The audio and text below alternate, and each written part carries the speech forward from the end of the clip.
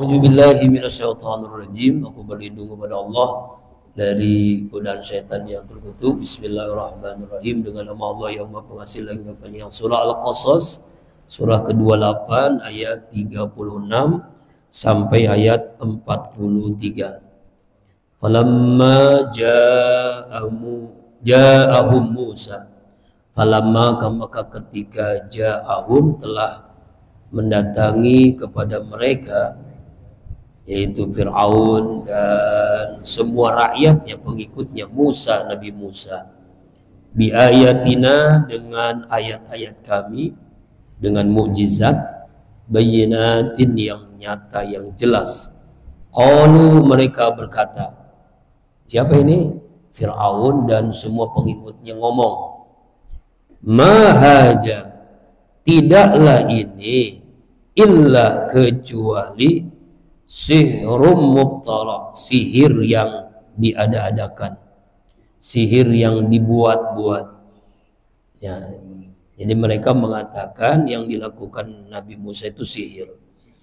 Wa masami'na bihaja, dan tidaklah pernah kami mendengarkan bihaja, dengan ini, fi abainal awwalin, pada bapak-bapak kami, pada nenek-nenek kami, pada kakek-kakek kami dulu. Nggak pernah nih melakukan ini, nggak pernah nih ngomong seperti ini. Nah, ini apa maksudnya? Mari kita lihat. Pertama, penjelasan tafsir Jalalain. Tafsir Jalalain menjelaskan bahwa Allah Subhanahu wa ta'ala menyatakan di ayat Qasas 36 ini kan masih kisah Nabi Musa membawa mukjizat, ya. Lalu Fir'aun mengatakan bahwa ini semua adalah sihir, ini semua sihir, ya. Wadihatun halin. Jadi ketika membawa mukjizat, ya, membawa Taurat dan tongkat yang memiliki keistimewaan. Nah, Fir'aun dan semua para pemimpin-pemimpin, anak buahnya, pembesarnya, ya, kalau kita tuh menterinya, ya, kemudian mengatakan ini adalah sihir, ya, padahal mukjizat. Jadi ini Nabi Musa datang ke Fir'aun dan para pembesar-pembesar kerajaannya didampingi oleh Harun. Lalu Nabi Musa memperlihatkan mukjizat-mukjizat, tangannya keluar cahaya, tongkatnya menjadi ular, kemudian mukjizat yaitu kitab Taurat. Lalu Nabi Musa berdakwah melalui jubirnya yaitu Nabi Harun, menjelaskan bahwasanya ini adalah kami ini adalah utusan Allah. Lalu menjelaskan bahwasanya Tuhan itu hanya Allah. Laksanakan perintah Allah, ya, laksanakan perintah Allah.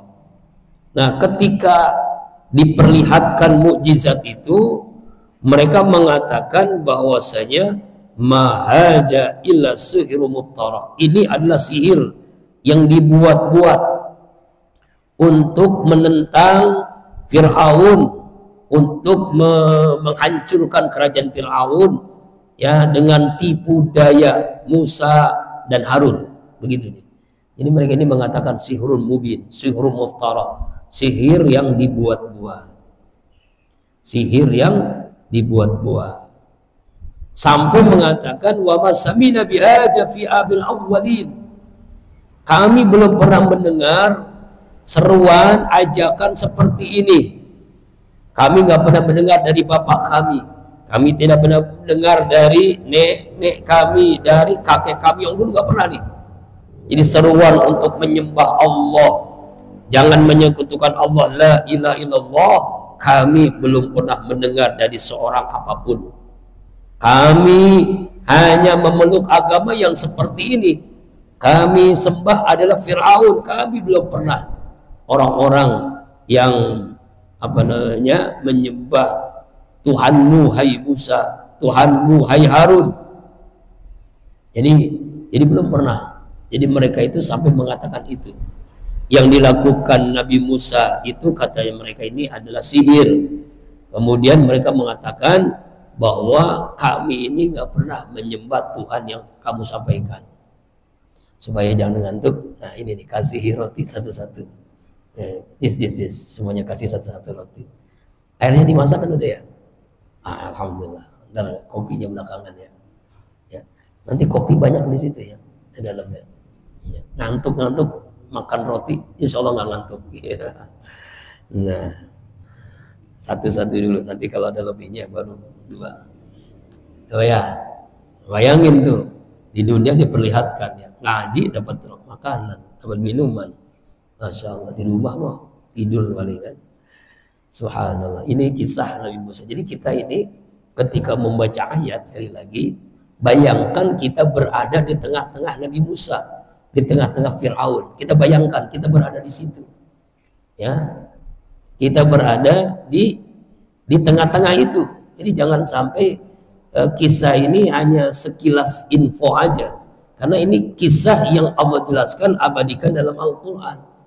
Jadi benar-benar kisah nyata, bukan dongeng, bukan sejarah biasa, kisah nyata.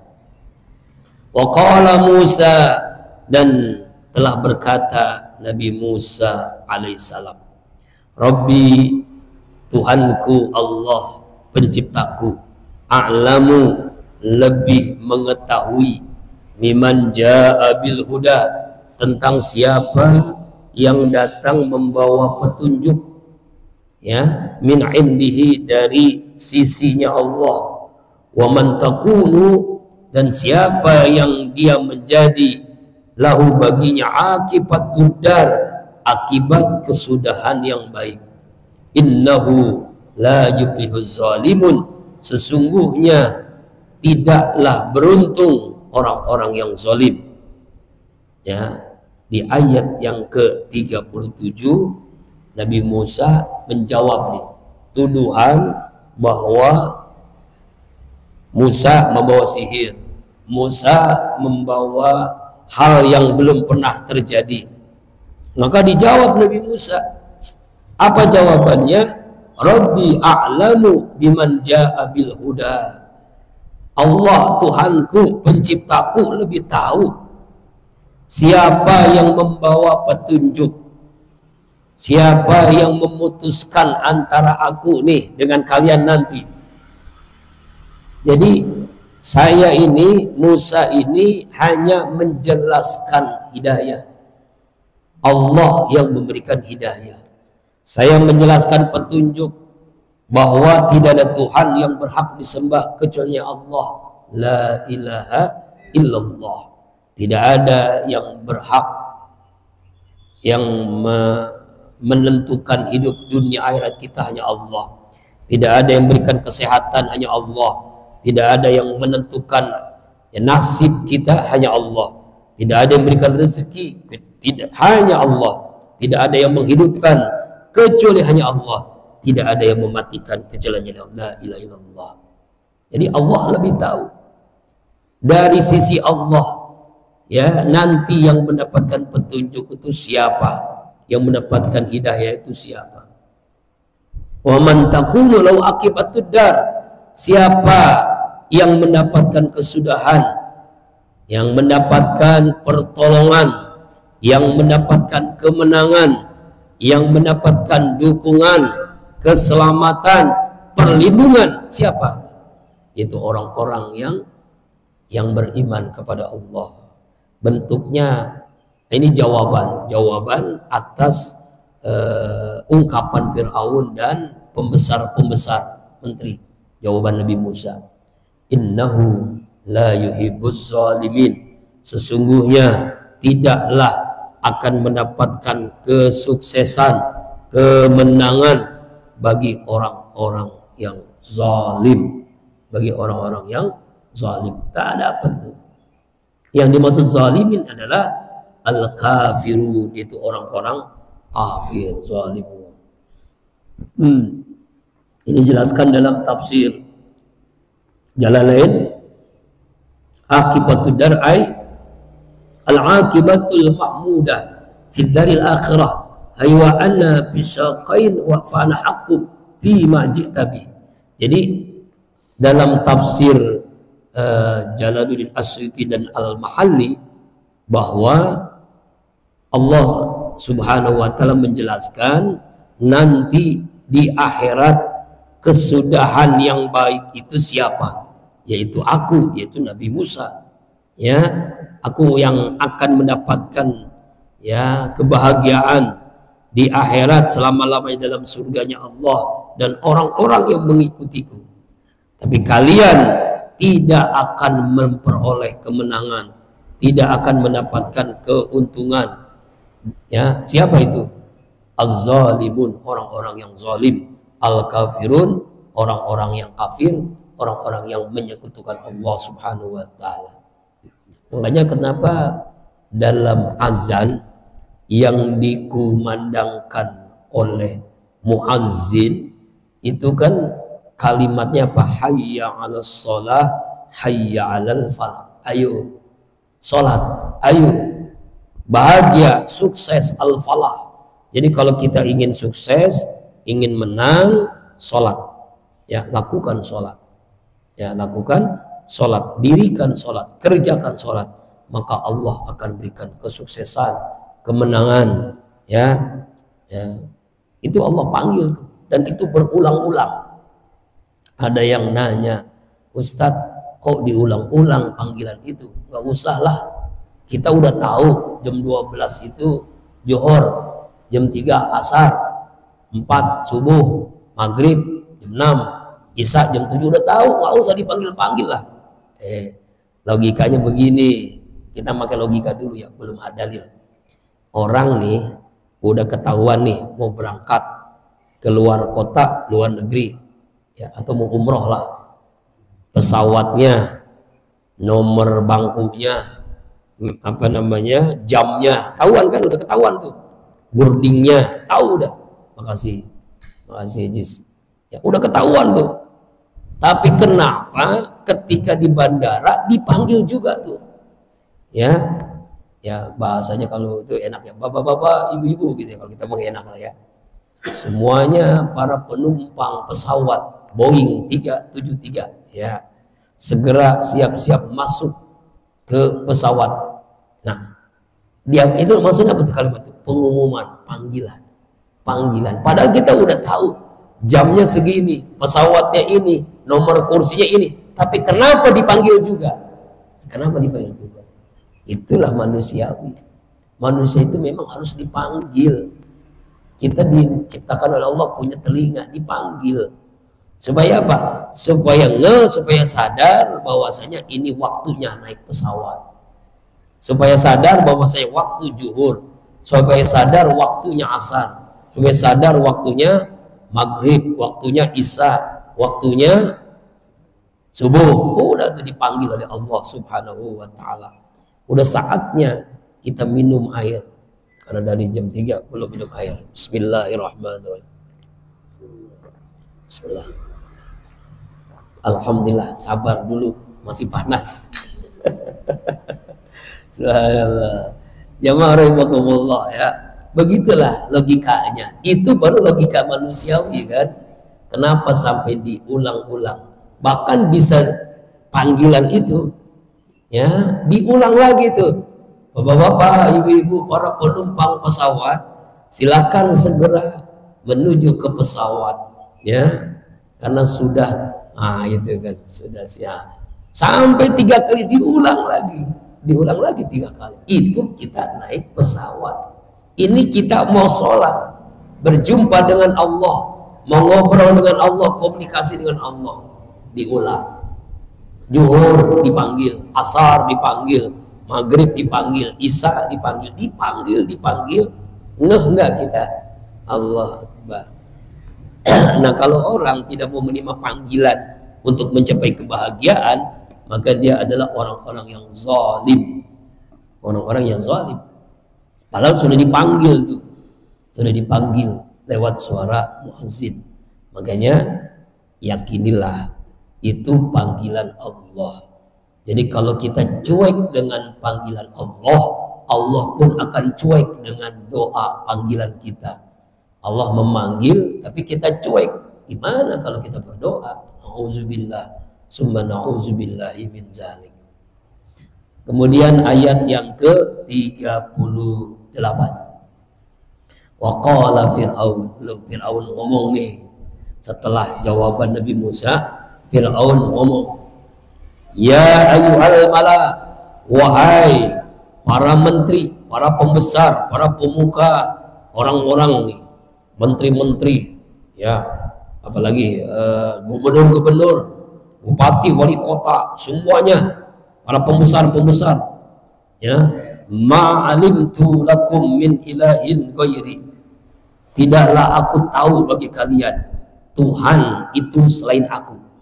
Aku tidak tahu Tuhan itu hanya aku, kata Fir'aun. Nggak mungkin Tuhan selain aku, kata Fir'aun. Nah inilah bentuk kesombongan, bentuk kesewenang-wenangan, bentuk keangkuhan, ketakaburannya Fir'aun. Ngomongnya begini, ya. Gila ini Fir'aun. Ini dalam sejarah manusia yang ngaku Tuhan. Kalau zaman sekarang manusia yang ngaku Nabi, itu masih kalah Fir'aunnya. Di sini nih, maaf ya, yang belum dapat roti nanti kasihin. Yang belum dapat roti siapa? Ya, yang belum dapat roti siapa gitu ya? Hanya yang ngaji yang dapat roti, yang nggak ngaji nggak usah lah, masa nggak dapat roti. Yang dapat kopi hanya yang ngaji. Padahal mah kopi ada di sana banyak di gudang. Oh teh manis. Oh kali kalau mau kopi ada lupa tadi. Ya ada kopi ada.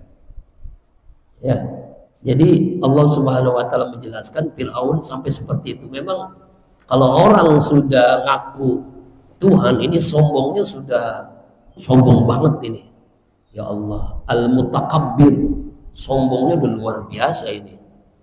Jadi kalau jangan kaget kalau ada orang ngaku Tuhan, ketemu malaikat, nah itu mah lebih rendah dibandingkan Firaun, dia mengaku Tuhan.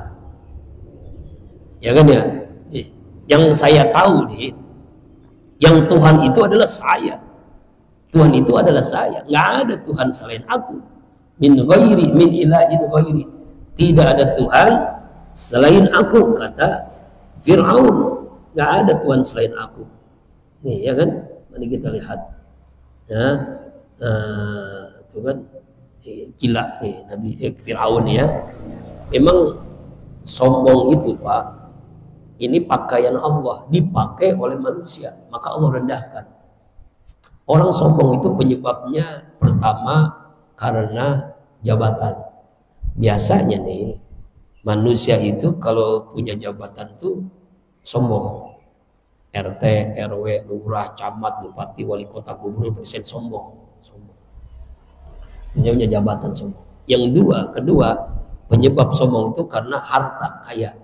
Orang sombong, orang kaya itu biasanya cenderung sombong, merasa dia paling kaya, ya kan ya. Yang ketiga karena ilmu, sombong, merasa paling pintar, hebat, profesor, doktor, wah macam-macam lah, sombong. Yang keempat karena keturunan darah biru, padahal semua darah merah, keturunan sultan, keturunan raja, keturunan Habib, nah itu biasa cenderung sombong ya, karena keturunan. Yang berikutnya sombong karena fisik, karena badannya kuat, sterek, ya hebat, gitu kan, ya, atau karena cantik, karena ganteng, tampan, itu juga penyebab sombong. Kemudian penyebab sombong berikutnya karena terkenal, populer, nggak ada yang kenal kayak saya gitu, sombong. Nah ini menyebabkan banyak orang sombong. Nah Fir'aun ini jabatan, kekuasaan, sombong dia, sombong. Nih jawabannya nih, min ilahin ghairi, nggak ada Tuhan selainku, kata Fir'aun, nggak ada tuh, ya gitu. Ini ungkapan ini. Apa yang berikutnya? Fa'ukid liyahaban. Lalu dia memerintahkan kepada Haman, nyalakanlah, bakarlah untukku ya Haman, wahai Haman. Haman ini arsiteknya Fir'aun, orang pinternya dah. Ya kalau dulu Habibinya gitu ya. Pak Harto tuh punya orang pinter namanya Habibi. Anaknya sekarang calon wakil gubernur Ilham Habibi. Nah ini Haman ini orang yang pinter sekali dia. Di zamannya ya, di zamannya. Bisa membuat gedung bercangkar langit. Bentuknya apa tuh? Yang sekarang kita saksikan yang pernah ke Mesir kemarin tuh piramid-piramid, bangunan-bangunan tinggi itu buatan Haman. Kecerdasannya luar biasa. Apa dia memerintahkan Haman? Hai Haman, bakarlah, nyalakan untukku. Wahai Haman, alatini, tanah liat, tanah batu bata gitu, bikin batu. Faj'al, buatlah dengan tanah liat, dengan batu bata itu, li untukku syorhan, bangunan yang tinggi-tinggi, menara yang tinggi. La'alli, ya, semoga dengan punya bangunan tinggi itu aku ini at-tali'u bisa melihat ilahi Musa, kepada Tuhannya Musa. Itu Allah tuh siapa, pengen saya lihat, saya nantangin gitu. Hebat. Wa inni la'azunnuhu minal kazibin, sesungguhnya aku benar-benar menyangka Musa ini orang yang bohong, nggak mungkin ada Tuhan selain aku, nggak mungkin, kata Fir'aun. Sampai seperti itu sombongnya ini, dia memerintahkan arsiteknya, orang hebatnya namanya Haman, membuat bangunan yang paling tinggi. Hebat Haman memang, bisa dia bangun tinggi itu. Kalau sekarang bangunan tertinggi di dunia itu ada di Dubai lah ya. Ya, Dubai itu namanya apa tuh? Burj Khalifa itu ya. Oh, tinggi banget itu kan. Sampai berapa tingginya tuh? Itu awan aja kena awan tuh. Saking tinggi-tinggi itu bangunan. Itu angin goyang bisa, ngeri banget itu ya kalau gempa. Nah itulah kayak begitu dah. Ya, tujuannya apa? Fir'aun supaya bisa bangunan tinggi itu supaya melihat Tuhannya Musa. Pengen ngomong, pengen tahu gimana sih bentuknya Allah itu, Tuhan Musa itu seperti apa itu. Dengan unzur ilahi wa ibn alahi. Jadi ingin melihat secara langsung Tuhannya Musa itu seperti apa. Tuhannya Musa itu seperti apa sih begitu. Jadi dia di ayat 8 ini bagaimana dia memerintahkan kepada orang pintarnya ya zamannya membuat bangunan yang tinggi. Ya. Kemudian ayat ini juga dijelaskan di dalam surah Al-Mu'min ayat 36-37. Wa qala fir'aun ya hamabni li sorhan la'alli ablugu asbabas samawati fatta ila ilahi Musa wa inni la'azunu kaziban wa kadzalika zuyina li fir'auna su'u amalihi wa sudanis sabili wa maqaidul fir'auna illa fi tabab. Fir'aun berkata, wahai Haman, buatkanlah bagiku sebuah bangunan yang tinggi supaya saya sampai ke pintu-pintu langit, supaya saya dapat melihat Tuhannya Musa. Sungguhnya aku ini mandangnya seorang pendusta. Bohong, bener gak nih? Jadi Fir'aun itu sampai seperti itu ya. Dan memang benar, Fir'aun membuat menara yang tinggi yang belum pernah ada bangunan yang tertinggi di dunia kecuali bangunan yang dibuat Haman ketika itu ya, zamannya. Di zaman yang sederhana dengan tanah liat bisa membuat bangunan tinggi. Ya. Nah, inilah Tuhannya nih. Tuhannya siapa? Tuhannya orang Mesir nih. Fir'aun namanya. Na'udzubillah, summa na'udzubillah min dzalik. Dan ini kisah nyata, Pak. Jadi harus sekali lagi kita itu bayangkan berada di situ dekat Nabi Musa.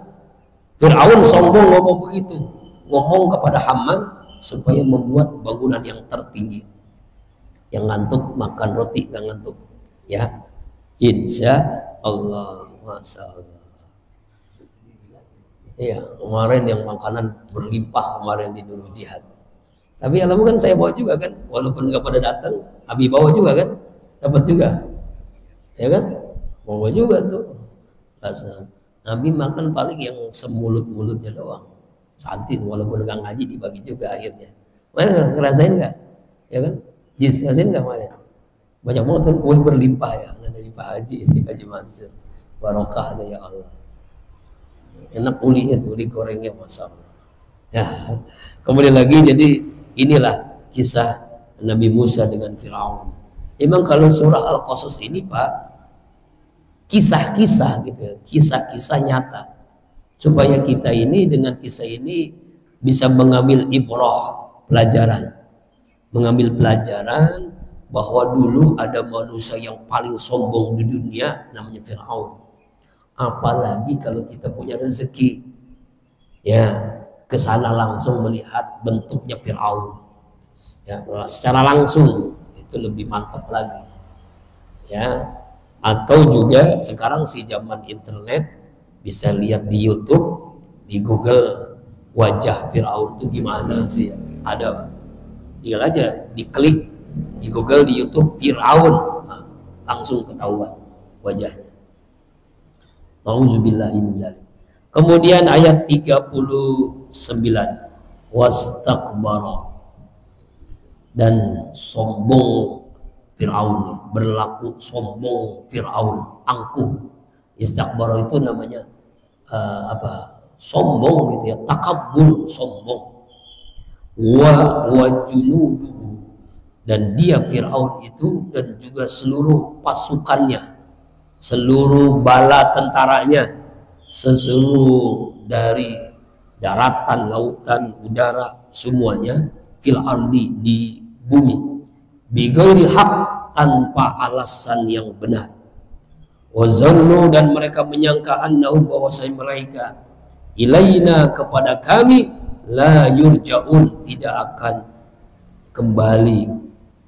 Jadi berlaku sewenang-wenang, zalim, membunuh, ya, sombong, nantangin, ngaku Tuhan, membuat bangunan tinggi, menara tinggi, pengen melihat Tuhannya Nabi Musa, Allah Subhanahu wa Ta'ala. Jangankan bangunan tinggi, sampai ke langit pun tidak mungkin ketemu Allah.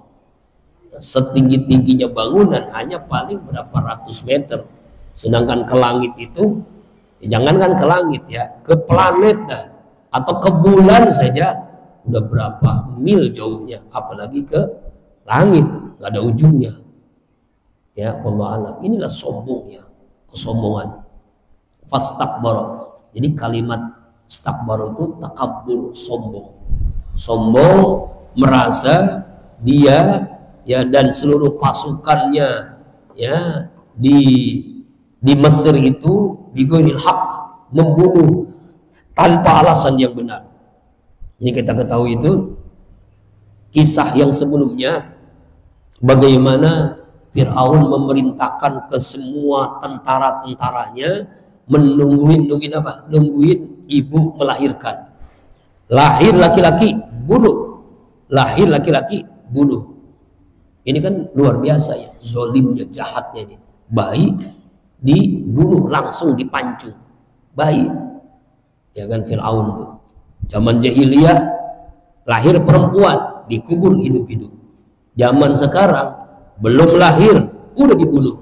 Berarti lebih kejam Firaun zaman jahiliyah apa sekarang?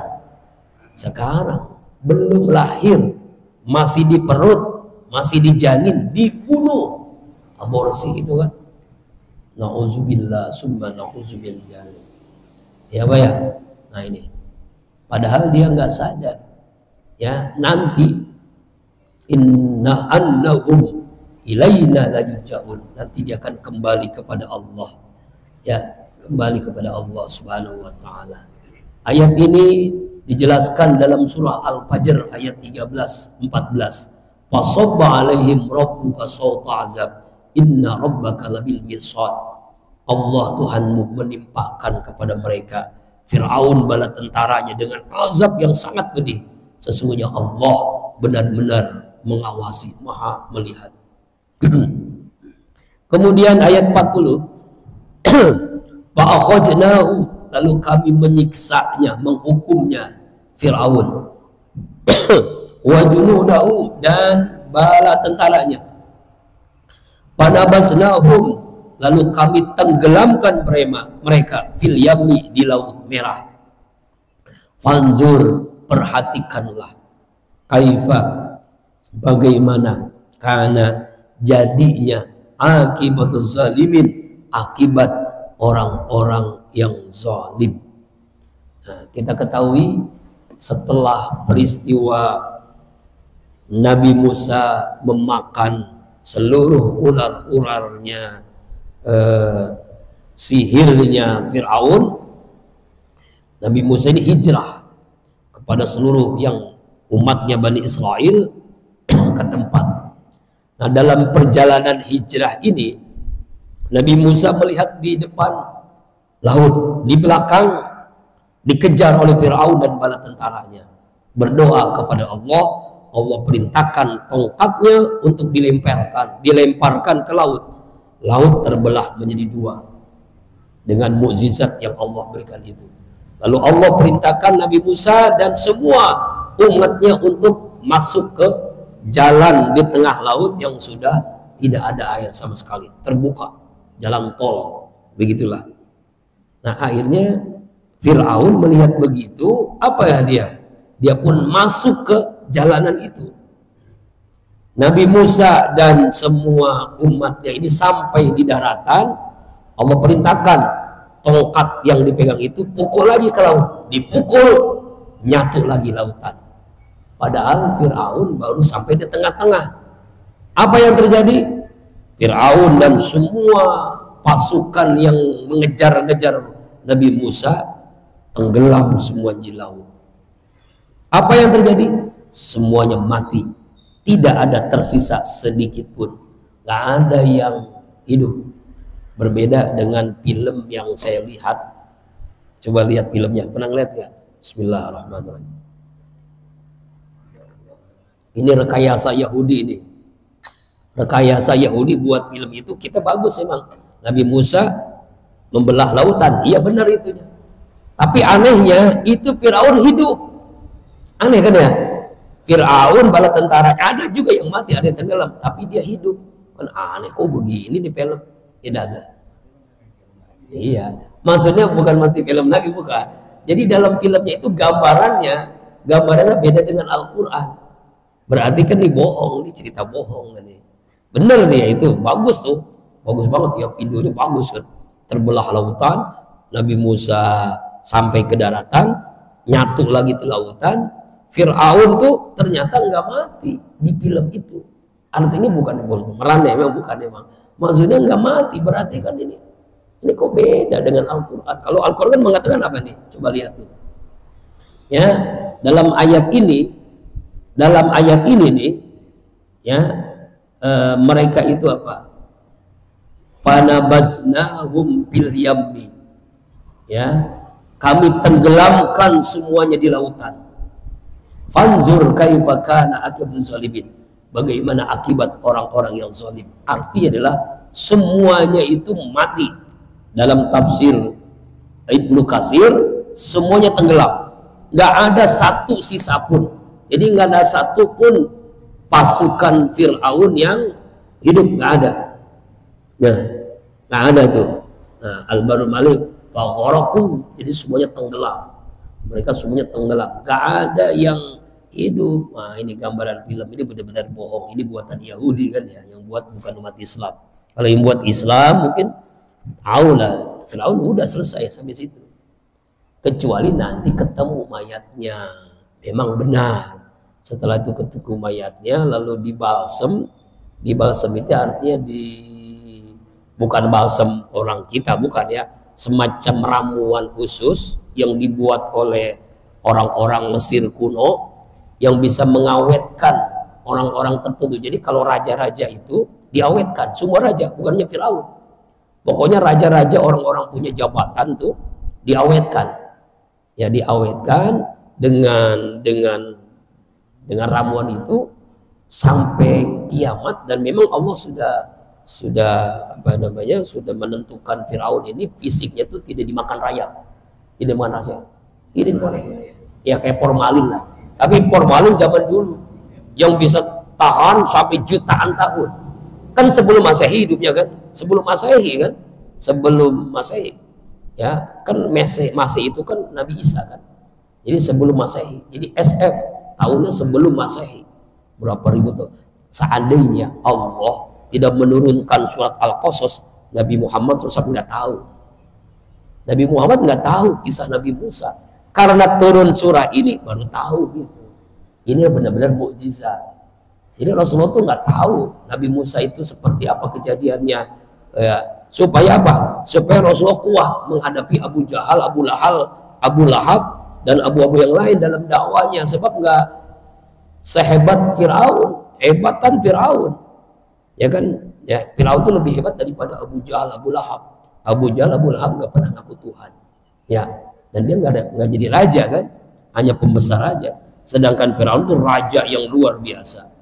Ini supaya apa? Nabi Muhammad dalam dakwanya kuat menghadapi orang-orang yang zalim. Kemudian ayat 41.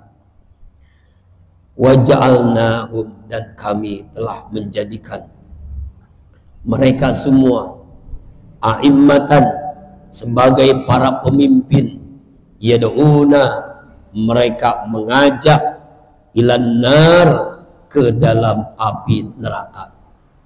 Wa yaumal qiyamati, dan nanti pada hari kiamat, la yunsarun, tidak akan ditolong sekecil apapun. Jadi semua para orang-orang yang zalim, pemimpin yang zalim itu, mereka itu dulunya kan ngajak untuk menyembahnya, ngajak untuk durhaka kepada Allah, maka Allah hancurkan sehancur-hancurnya, Allah tenggelamkan di dunia dan di akhirat. La yunsurun, tidak akan ditolong sedikit pun, hina di dunia dan hina di akhirat, dibinasakan oleh Allah, disiksa di dalam neraka jahanam. La yunsurun. Jadi kalimat la yunsurun ini menunjukkan sedikit pun tidak ada pertolongan Allah buat mereka. Ya, jadi kalau kita nanti pengen ngelihat Firaun, terlihat jelas Pak, di antara kenikmatan penduduk surga melihat orang yang di neraka. Jadi semacam ada film gitu ya, bukan film ya, ada hijab yang dibuka oleh Allah, diperlihatkan. Ini namanya Firaun, ini namanya Namrus, ini namanya Abu Jahal, Abu Lahab, dan semua orang-orang yang maksiat, orang-orang yang menyembah Tuhan selain Allah, itu dilihatkan oleh Allah di neraka dengan siksaannya yang luar biasa. Diperlihatkan itu diantaranya ya semacam video khusus lah begitu. Wa asba'nahum fi hajid dunya la'nah. Ayat 42, kami ikuti, kami sertakan, iringkan, fi haji dunia, dalam kehidupan dunia, laknatan, laknat Allah, kutukan Allah, murka Allah, wa yaumal qiyamati, dan nanti pada hari kiamat, hum, mereka itu, Firaun, pembesarnya, bala tentaranya, minal makbuhin, ya, termasuk orang-orang yang dijauhkan dari rahmat Allah, dijauhkan dari kasih sayang Allah Subhanahu wa ta'ala. Jadi semua orang-orang yang durhaka kepada Allah, laknatullah alaihi, murka Allah kepadanya, ya, laknat Allah kepadanya. Semuanya itu diberikan laknat, baik di dunia ataupun di akhirat. Di akhirat tidak mendapatkan rahmat kasih sayang Allah. Wadbi bi haji la'nah wa yawmal qiyamah ibnul marfud. Salam dalam surat Hud 99, mereka diikuti dengan kutukan di dunia dan juga di akhirat. Dikutuk di dunia, dikutuk di akhirat. Beda dengan kita kan. Makanya doa yang diajarkan Rasulullah apa? Allahumma inna nas'aluka ridhoka wal jannah wa na'udzubika min saqatika wan nar. Ya Allah, kami hanya ingin ridhamu dan surgamu. Jauhi kami semua dari murkamu dan nerakamu. Tuh. Nah, beda dengan Firaun. Dia mendapatkan murka dan neraka. Kalau kita mendapatkan ridho dan surga. Ya, mudah-mudahan ini kisah ini menjadi penyemangat kita untuk selalu taat kepada Allah Subhanahu wa taala. Terakhir 43. Walaqad ataina Musal kitaba, dan sungguh kami telah memberikan kepada Nabi Musa akan kitab. Apa ini? Taurat. Ini maksud kitab di sini Taurat. Mim ba'di ma ahlakna al-quruna, sesudah kami musnahkan umat-umat al-ula yang dahulu. Siapa itu? Umat Nabi Nuh, umat kaum 'Ad, kaum Saleh, Nabi Hud, Nabi Saleh, semuanya kan udah di Allah matikan, musnahkan. Basair linnas, sebagai pelita hati bagi manusia, wahudan, sebagai petunjuk, warahmah, sebagai rahmat kasih sayang Allah, la'allahum yatazakkarun, agar mereka mengambil pelajaran. Di ayat 43 ini Allah Subhanahu wa taala menceritakan anugerah karunia yang Allah berikan terbesar kepada Nabi Musa adalah kitab Taurat. Kitab Taurat. Jadi Pak, yang menarik Pak, Taurat, Injil, Al-Quran. Kalau Taurat itu lebih banyak kepada hukum. Kalau Injil kepada kalau kita ini sekarang tuh ilmu tasawuf lah ya, ada akhlak ya ulumuddin lah begitu. Jadi kasih sayang, makanya agama Kristen itu agama kasih sayang, kan gitu ya, karena menjelaskan tentang itu kasih sayang Allah begitu. Nah kalau Al-Quran merangkum semuanya, di situ ada hukum, di situ ada kasih sayang, ada tasawuf, ada akhlak, semuanya merangkum, semuanya ada. Nah di dalam kitab Taurat ini menjelaskan hukum. Di antara hukum itu orang yang bertaubat, taubat diterima oleh Allah kalau dia bunuh diri atau dibunuh oleh orangnya, oleh siapapun pokoknya. Misalnya dia berzinah nih, dia mabok, dia durhaka sama Allah. Dalam kitab Taurat itu nggak cukup dengan istighfar, astagfirullahaladzim, nggak cukup, dia harus dibunuh atau harakiri, bunuh diri, baru taubatnya diterima. Bayangkan Pak, kalau hukum kitab Taurat itu berlaku pada umat Islam, banyak yang berhenti jadi umat Islam. Karena rahmatan lil alamin, Quran ini turun sebagai rahmat semesta alam. Gak ada, Allah itu sayang banget dengan umat Rasulullah Muhammad SAW. Cukup dengan taubat, menyesal, tidak mengulangi, Allah terima taubatnya. Tapi kalau umat Nabi Musa nggak bisa begitu, dia harus dibunuh atau bunuh diri baru diterima taubatnya oleh Allah Subhanahu wa taala. Berat banget ya, berat banget Pak. Nah apalagi yang menarik dalam kitab Taurat. Kitab Taurat itu ini baju kita najis nih, kalau kita kan cuci, kalau najis mutawasito kan ya apa lagi cuma diseborin air doang. Kalau mutawasito dicuci, hilang bau rasanya, maka hilanglah, maka sucilah pakaian kita ya. Kalau najis mughalazo, anjing, dibersihin dengan tanah, salah satunya dengan 7 kali basuhan. Tapi kalau umat Nabi Musa najis itu harus dipotong, bukan potong semua, potong najisnya. Biasanya kena najis di sini dipotong segini, kalau najis segini dipotong tuh ininya, bajunya.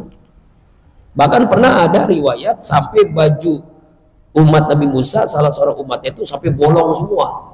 Kenapa? Karena kena najis mulu, kena najis, kotoran, kencing apa tuh harus dipotong. Jadi dicuci nggak menghilangkan najis. Bayangin tuh, pakaian kita bisa compang-camping gitu ya. Ya, jadi nggak berlaku tuh apa namanya hukuman nyuci pakaian dengan deterjen, mesin cuci itu nggak laku. Kenapa? Setiap kena najis potong, gunting, pada habis dong pakaiannya, begitulah. Itu udah umat Nabi Musa itu Taurat. Nah kitab Taurat ini kitab Nabi Musa. Ya. Allah juga jelaskan sebelum Nabi Musa ini, Allah juga tenggelamkan umat-umat yang lain. Sebagai apa? Basair. Nah ini nih tujuan kita belajar Allah menjelaskan kisah-kisah sebagai basair, sebagai pelita hati, sebagai penerang jiwa, petunjuk wahudan petunjuk dari kesatan supaya kita jangan tersesat. Kemudian warahmah sebagai rahmat Allah, dengan kita membaca ayat Al-Quran, kisah-kisah yang lalu, ya, hati kita bersih, petunjuknya semakin jelas, dan kasih sayang Allah. Allahumma bil Quran, rahmati kami dengan Al-Quran. Dan terakhir, la'allahum yatazakkarun, agar mereka menjadi orang yang selalu ingat kepada Allah, mengambil pelajaran dari kisah Al-Quranul Karim. Mudah-mudahan kita bisa mengambil ibrah dari ayat yang kita baca. Insya Allah.